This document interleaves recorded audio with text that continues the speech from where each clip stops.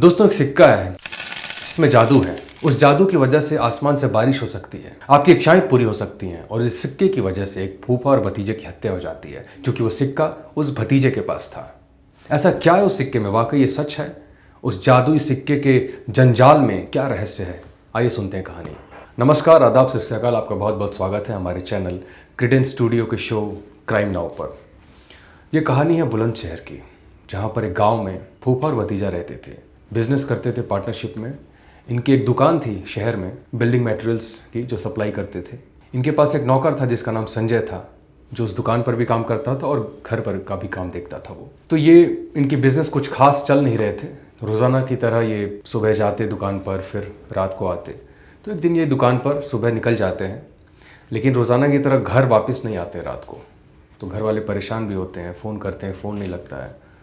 फिर सुबह जैसे गांव के लोग आप देखेंगे तो नहरों की तरफ वो टहलते हैं।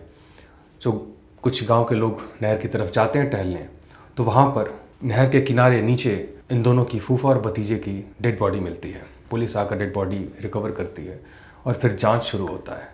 वहाँ के तमाम सीसीटीवी फुटेज भी खंगाले जाते हैं। तो एक नाम सामने आता है, बबलू नाम का लड़का। बबलू को पुलिस पकड़ कर इंक्वायरी करती है। तो फिर वो संजय का नाम लेता है, संजय जो कि इनके यहाँ नौकर था, नौकरी करता था।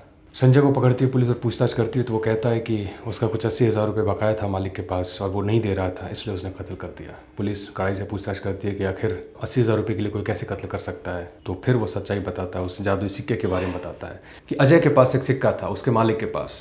उस सिक्के को लेकर वो तरह तरह की कहानियाँ बताता था, बातें बताता था। इस सिक्के में ऐसा जादू है कि बारिश हो जाएगी आज शाम को, और बारिश हो गई। और भी इस तरह की कई सारी घटनाएं थे। खासकर मौसम को लेके उसने उसको बताया कि इसमें जादू है, जो मैं कहूँगा उस तरह का मौसम होगा कि अगर बारिश होगी या बहुत गर्मी होगी या आज धूप होगा, आज तूफान होगा। तो उस तरह के कई सारे इतने सालों में घटनाएं उस सिक्के की वजह से उसने सुनाई उसको। और उसको ये भी बताता कि मौसम में नहीं, तुम जो चाहोगे वो मिल सकता है इस सिक्के की वजह से। तो ये जो संजय, उसका जो नौकर है, वो काफ़ी मंत्रमुग्ध हो गया कि ये सिक्का क्या है, ये सिक्का हासिल करना मुझे भी। उसको बहुत कुछ चाहिए था, उसको पैसे चाहिए थे, उसको ऐशो आराम वाली लाइफ चाहिए था, लेकिन उसके पास वो सिक्का नहीं था। तो उस सिक्का को हासिल करना भी उसका मकसद था।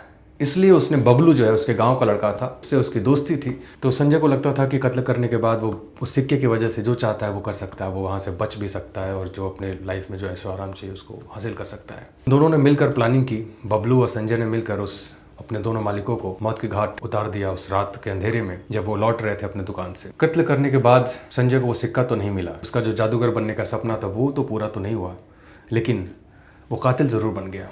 इस अंधविश्वास के चक्कर में कि एक सिक्के की वजह से मैं जो चाहता हूँ वो कर सकता हूँ, बारिश भी करा सकता हूँ। ना तो संजय और बबलू को पता था कि वेदर फोरकास्ट नाम का कुछ चीज़ होता है मोबाइल पर, जो आपको मौसम के बारे में जानकारी दे देता है, और ये मालिक भी उनको बेवकूफ़ बनाता था। संजय के दिमाग में वो अंधविश्वास इतना भर चुका था कि वो अपने मालिक की जान ले लेता है। तो इस तरह की कोई भी अंधविश्वास, बिल्कुल इसको बढ़ावा नहीं दिया जा सकता है, क्योंकि ये अंत में जाकर एक क्राइम का रूप लेता है। तो ये थी आज की कहानी। इस तरह की और भी कहानियाँ सुनने के लिए हमारे चैनल को सब्सक्राइब करें, अपने कमेंट बॉक्स में ज़रूर दें और हमारे चैनल को शेयर भी करें। शुक्रिया।